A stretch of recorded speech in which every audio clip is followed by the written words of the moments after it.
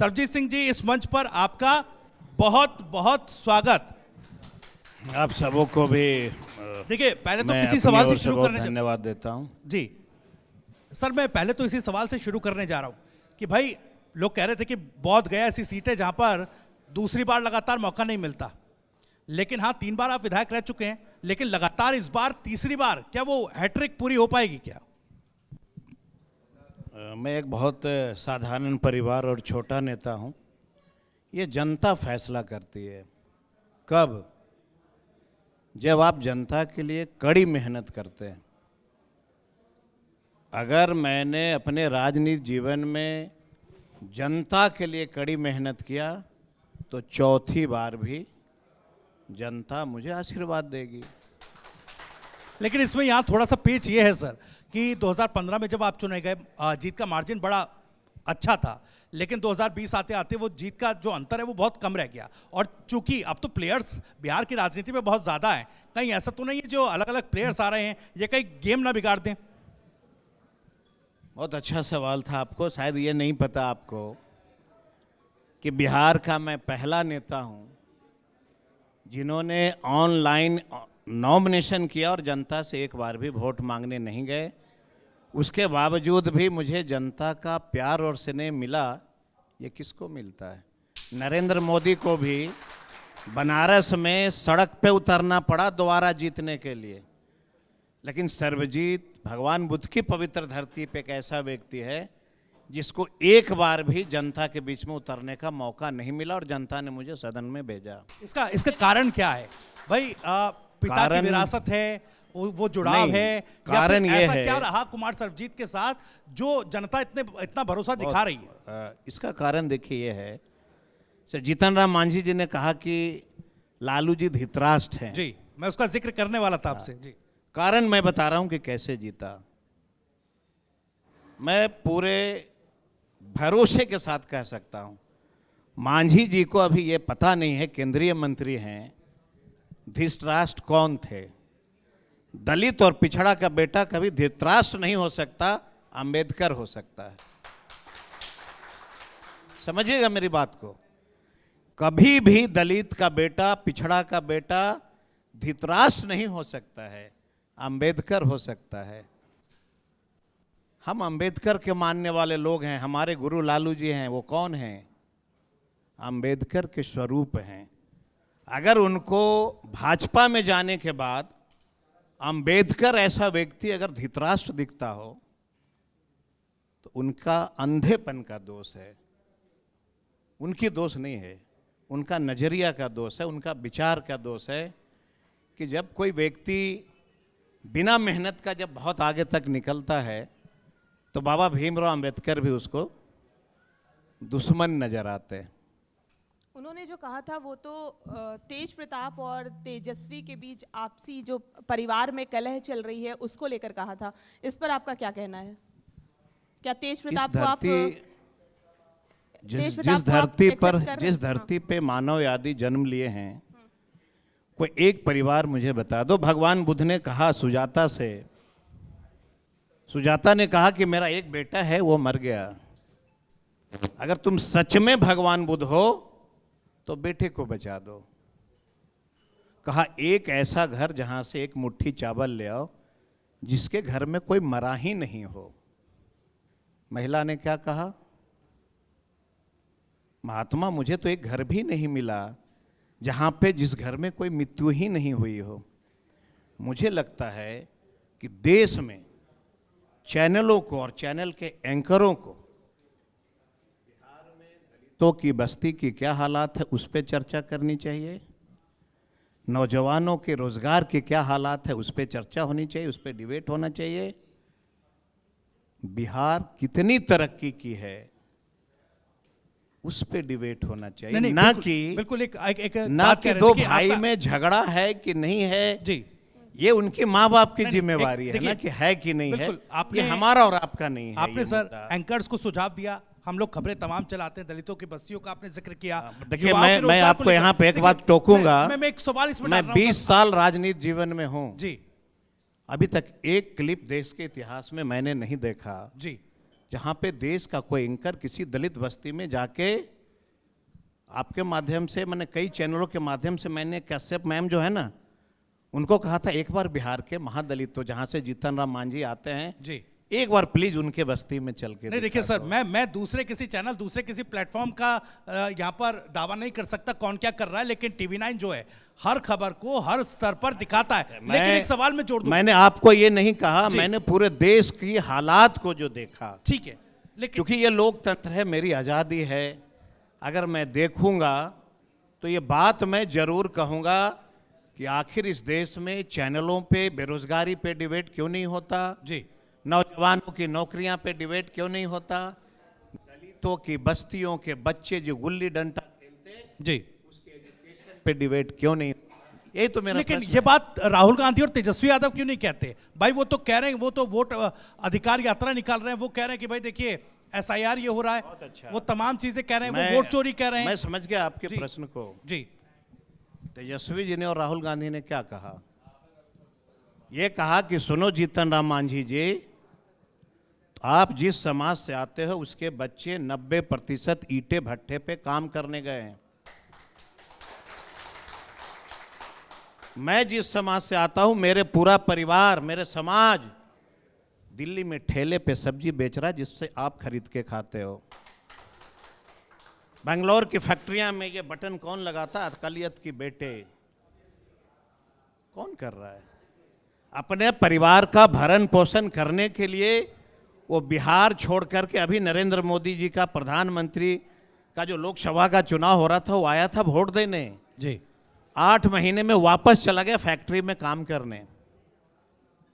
राहुल गांधी और तेजस्वी जी ने कहा कि इतना बता दो कि बिहार छोड़कर जो ईंटे भट्टे पे काम करने गए, वह अपना ऑनलाइन फॉर्म कैसे भरेगा?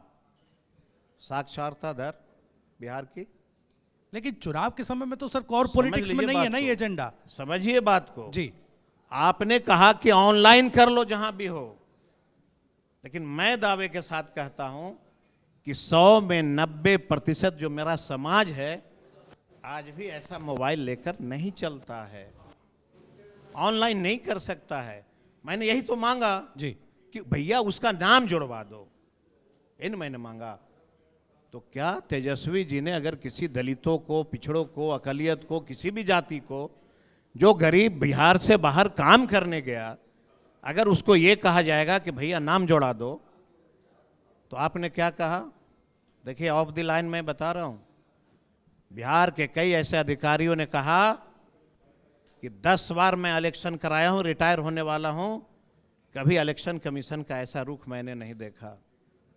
नहीं देखिए, इलेक्शन कमीशन ने तो हलफनामा भी दायर कर दिया। किया ना? जी, क्या कहा? सुप्रीम कोर्ट पे वो कह रहे हैं कि माननीय भाई ये न्यायालय तो- ने क्या कहा कि आधार कार्ड लगेगा। जी, कहा ना, हम यही मांग रहे थे आपसे। मैं कोई इलेक्शन कमीशन की कुर्सी तो नहीं मांग रहा था।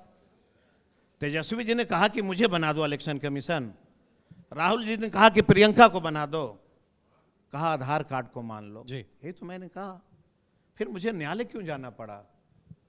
आधार कार्ड बनाने में सरकार के कितने पैसे लगे? मैंने कहा कि राशन कार्ड को मानो। आप नहीं अगर मानते हो, इसका मतलब है कि इस देश में बड़े पैमाने पे गरीबों की अनाज फर्जी राशन पे बांटी जा रही है। राशन किसने बनाया? कार्ड किसने बनाया? आप नहीं बनाया ना? जी, क्यों नहीं मानते उसको? इसीलिए हम सुप्रीम कोर्ट गए और अंततः इलेक्शन कमीशन को मानना पड़ा। अगर मेरी हर मांग को आप अगर कहेंगे गलत है, तो मैं क्या छोड़ दूंगा? लेकिन छोड़ सकता हूं। जो दस्तावेज नागरिकता को प्रमाणित करते हैं, चाहे वो आधार कार्ड हो, वोटर आईडी कार्ड हो, राशन कार्ड हो, उसकी प्रमाणिकता पर सवाल उठाना एक अलग विषय है। लेकिन उसके सहारे ये कह देना कि भाई देखिए, जो वोटर्स हैं और खास करके विपक्ष के जो वोटर्स हैं, विपक्ष समर्थित जो वोटर्स हैं, उनके नाम काटे जा रहे हैं, इसमें थोड़ा अंतर है ना सर? इस आरोप में थोड़ा अंतर है। मैंने क्या कहा जी। आपको? मैंने इतना ही कहा कि जो मेरे बच्चे दिल्ली में सब्जी बेचने गए हैं, उसका नाम नहीं कटना चाहिए, उसको जुड़वा दो। यही मैंने कहा।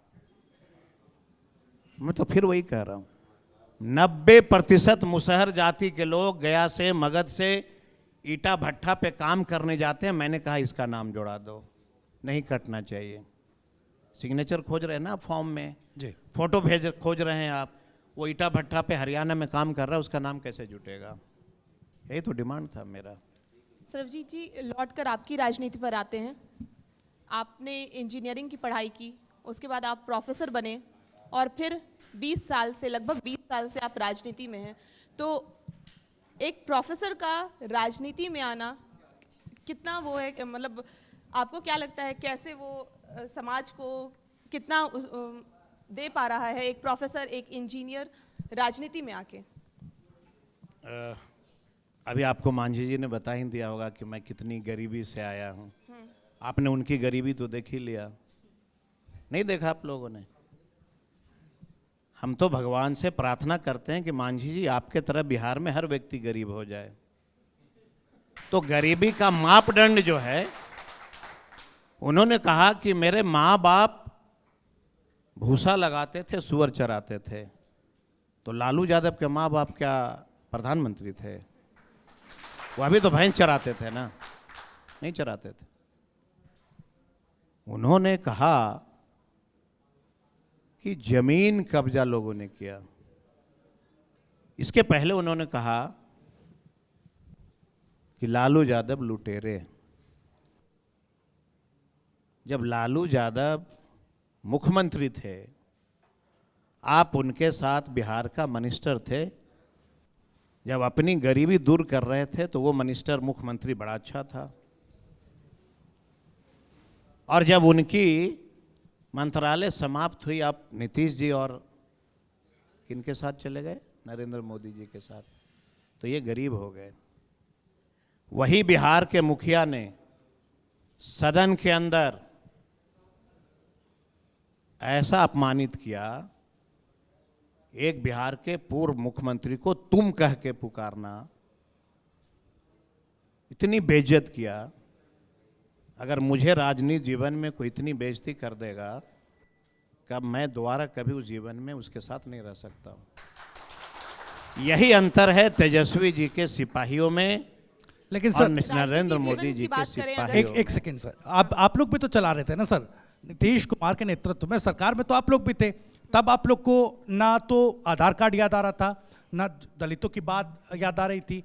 अब चुनावी मौसम में तो क्या क्या क्या ये सिर्फ चुनाव तक सीमित है क्या? किसने कहा कि दलित याद नहीं आ रहे थे? अगर दलित याद नहीं आ रहे थे तो एक दलित का बेटा कृषि मंत्री और पर्यटक मंत्री बना कैसे? भगवतिया देवी गया का सांसद बनी कैसे? जीतन राम मांझी 15 वर्ष तक बिहार सरकार में मंत्री रहे कैसे? तो ये कौन लोग हैं? दलित नहीं है। 17 वर्ष से नीतीश कुमार बिहार के युवाओं के लिए कोई विचार नहीं रख रहे थे। तेजस्वी जी ने कहा कि बिहार के नौजवानों को नौकरियां लगेंगी। क्या मैंने गलत किया? क्या तेजस्वी जी ने गलत किया तो बता दो। क्या तेजस्वी जी ने कोई जात पात किया कि इस बहाली में? और मैं आपको आज खुलासा कर देता हूं, नौकरियां की बात हो रही थी। एक बिहार के लॉयर जो बिहार सरकार के वकील के रूप में जाने जाते हैं, उन्होंने आके कहा कि बिहार की बहाली रोकने के लिए भाजपा ने पूर्ण तैयारी कर ली है। वो न्यायालय का दरवाजा ठकठकाए हैं। मुख्यमंत्री ने पूछा कि तब क्या होगा? उन्होंने कहा कुछ नियम की बदलाव कर दीजिए, 8 मुकदमे क्वाइस हो जाएंगे जी, तो बहाली का रास्ता साफ हो जाएगा। ये किसका देन? कैसे आप कह सकते हो कि मैंने सरकार में मैं था?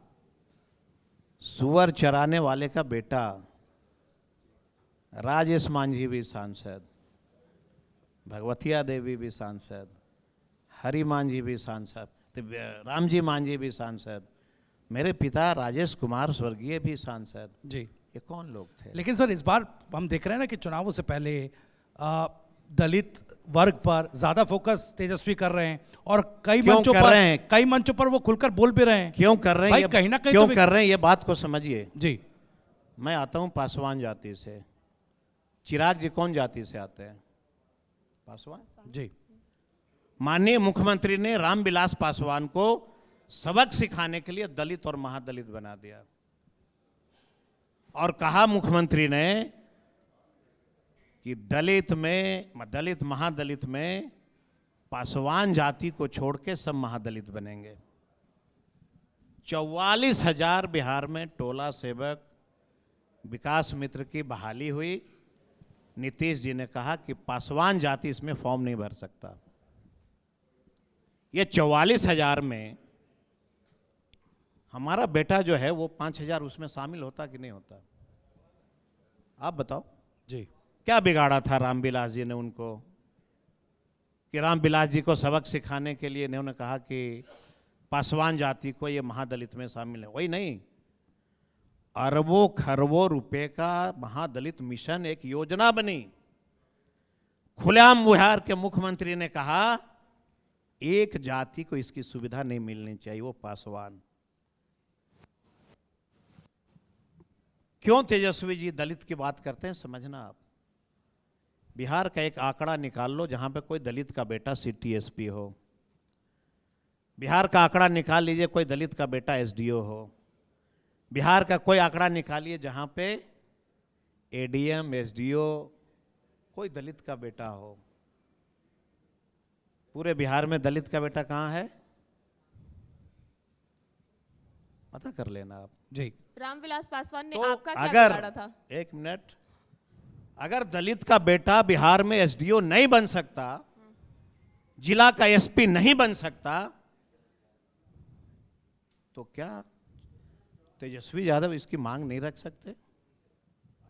कौन रखेगा? अगर कोई दलित का बेटा बिहार में एसपी डीएम नहीं बनेगा, इसकी मांग कौन रखेगा? क्या मैंने अपराध किया हमारे नेता ने कि दलित को अगर हक दिलाने की बात कर रहे हैं तो क्या वो अपराध है? एक व्यक्ति जिनको मैं नमन करता हूं, सैल्यूट करता हूं, स्वर्गीय रामविलास पासवान, गोधरा के अपराध पर उन्होंने भाजपा की सरकार गिरा दी थी, याद है आप लोगों को ना? क्या कहा था उन्होंने? सदन में कहा कि ना कोई हिंदू है, ना कोई मुसलमान है, ना कोई रामायण है, ना कोई भारत है। जिसके पिता ने कहा कि ना कोई रामायण है, ना कोई भारत है, फिर यहां से यहां तक फीता क्यों? क्या किसी दलित के नेता को यहां से यहां तक फीता बांध लेने से बिहार के दलितों में आवाज आ जाएगी? एक एंकर बैठे हुए थे, मैं सुन रहा था जीतन राम मांझी का प्रश्न जी। एक बड़ा सवाल आपने नहीं पूछा उनसे। क्या जीतन राम मांझी मुख्यमंत्री रह के बिहार का किसी एक दलित का गांव को गोद लिया, उस गांव को बिहार के मॉडल के तौर पे कि बिहार में भी ये दलित का गांव है, क्या किया उन्होंने? नहीं किया। सिर्फ अपनी गरीबी की गाथा। आप घूम रहे हैं 40 लाख की गाड़ी फॉर्च्यूनर से, आप कहते हैं मैं गरीब का बेटा हूं। ये कैसा डिफिनेशन है गरीबी का? चलिए ठीक है सर, देखिए जैसा आपने कहा कि दलितों को लेकर, बिल्कुल बिल्कुल आप पूछिए। भविष्य जी, एक सवाल मैं यहाँ पे ही ऐड करना चाहूंगी, क्या एलजेपीआर छोड़ने का रीजन क्या था? आरजेडी में क्यों शामिल? बहुत अच्छा सवाल आपने किया है, मैं बहुत सम्मान देता हूं आपको ये प्रश्न पूछने के लिए। रामविलास जी हमारे आदर्श, लालू जी हमारे आदर्श। जो व्यक्ति समाजवाद का नारा दिया वो सब हमारे आदर्श। लेकिन मैं एक पासवान का ही बेटा था। हमारे बड़े भाई चिराग को लगा कि ये भी कहीं ऊंचाई न छू ले, जी। शायद यही कारण रहा तो ये होगा। डर तेजस्वी यादव को नहीं है किस बात के लिए? कि आप ऊंचाई छू लें? कृषि मंत्री, पर्यटन मंत्री। दलित में जो जितना ऊंचाई छूता है, लालू जी और तेजस्वी जी को उनकी खुशहाली उतना ही आती है मन में। क्यों? कि अगर लालू यादव दलितों की उत्थान की बात नहीं करते तो भाजपा के शरण में होते, तो वॉशिंग पाउडर निरमा होते नहीं होते। अगर उनको दलितों की आवाज बुलंद करने का परिणाम जो मिल रहा है, अगर ये परिणाम उनको नहीं चाहिए था तो वॉशिंग पाउडर निर्मा हो जाते, कहाँ कोई दिक्कत थी। हमारा जो दल है और विजन, आप कल्पना करिए, अभी मांझी जी कह रहे थे कि वो पढ़ा लिखा नहीं है, मेरा बेटा पीएचडी किया है। मैं आपके सामने जरूर एक बात कहूँगा, तेजस्वी जी की बाद में बात करना, जो आपका बेटा पीएचडी किया है उसको यहाँ और यहाँ बैठा दो, और बिहार में भारत सरकार और बिहार सरकार की जितनी योजना चलती है सिर्फ उस पर डिबेट करा दो।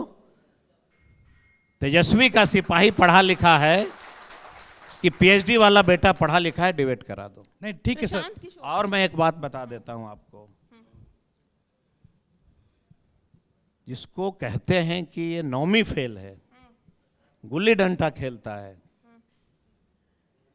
बिहार में नीतीश जी ने बिजली बिल 125 यूनिट माफी करने के लिए जो घोषणा किया, ये घोषणा नीतीश जी की थी कि तेजस्वी जी की थी? भाई आप तो टीवी चलाते हो, देखते हो, मेरी थी कि उनकी थी? तेजस्वी जी की थी। नहीं थी तो आप बताओ। माई बहन योजना किसकी थी? विजन किसका है ये? जी कहा कि वृद्धा पेंशन 400 में नहीं चलेगा, 1500 देना पड़ेगा, महंगाई बढ़ रही है। तो ये विजन किसका था? घर घर मारना, प्रधानमंत्री ने कहा कि मैंने घर घर पहुंचा दिया।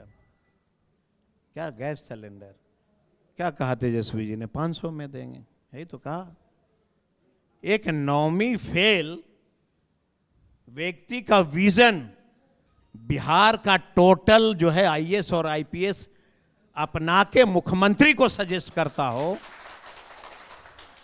इससे बड़ा नेता भला इस देश में और कौन? चलिए ठीक है सर, एक विजन है, लेकिन वो विजन पूरा कैसे होगा, जरा जवाब इसलिए दीजिएगा क्योंकि जो आरजेडी और कांग्रेस के बीच चल रहा है उसमें ऐसा लग रहा है कि कुछ टसल है अंदर खाने। वो इसलिए कि देखिए अभी वोटर अधिकार यात्रा चल रही थी, राहुल गांधी के साथ कदमताल कर रहे थे। इसलिए मैं बार बार कहता हूं आप सभी एंकर साथियों को जी कि प्लीज, ये समय नहीं है कि कांग्रेस और तेजस्वी में क्या चल रहा है। जी समय यह है कि बिहार तरक्की कैसे करेगा। नहीं अब बिहार का गरीब बेटा या फुल्ली एजुकेटेड कैसे होगा, महादलित का बेटा शिक्षा कैसे प्राप्त करेगा। मैं एक बात लगातार कहा करता हूं कि बिहार के लोग देश की दूसरी आज़ादी की लड़ाई लड़ रहे हैं, तो लोगों को तकलीफ लगती है कि आज़ादी तो हमारे पूर्वजों ने लड़ लिया, अब कौन सी आज़ादी?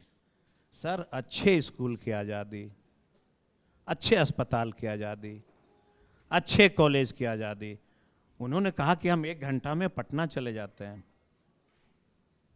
भाई, ये मगध मेडिकल नरेंद्र मोदी ने बनाया कि नीतीश कुमार ने बनाया?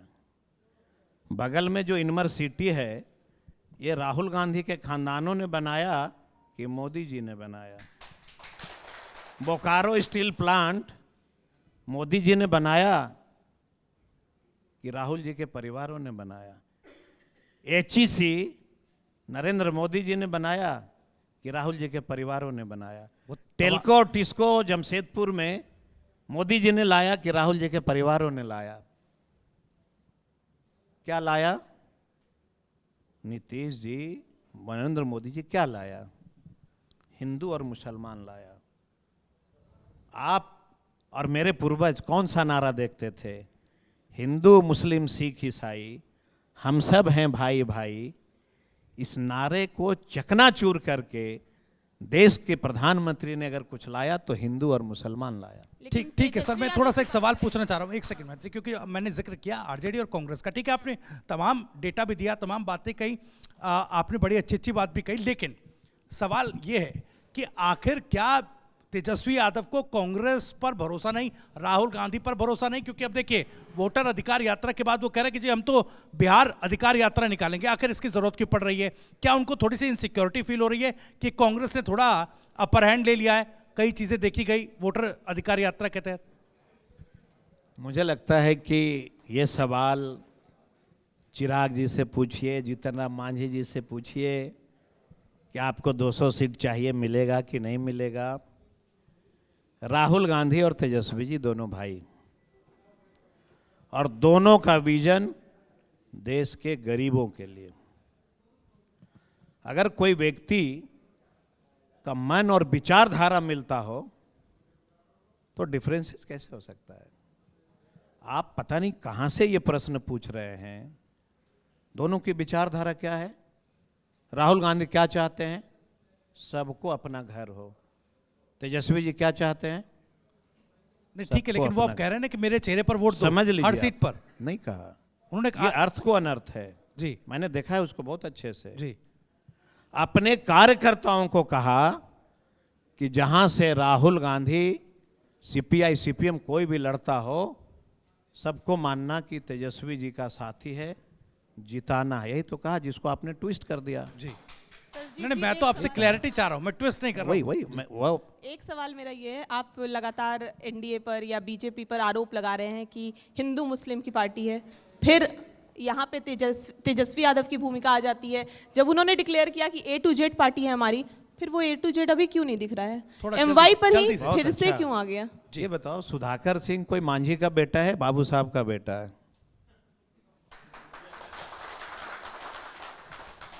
जगता बाबू कोई दलित के बेटा थे, बाबू साहब के बेटा थे? बताइए। फिर A to Z दिखा कि नहीं दिखा? जी चुनाव ठीक चुनाव के ठीक है बाद- सर, थोड़ी वही तो थोड़ा मैं समय कह की रहा थोड़ी हूं। पाबंदी है। A to Z कि आपने सवाल किया कि वो कह रहे थे फेल हो गया।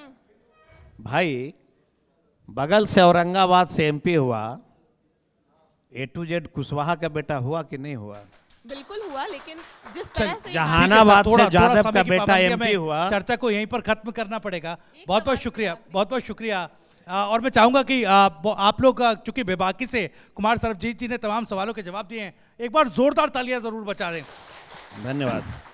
बहुत बहुत शुक्रिया सर, TV9 के इस मंच पर बिहार बैठक में आने के लिए और तमाम सवालों को एड्रेस करने के लिए।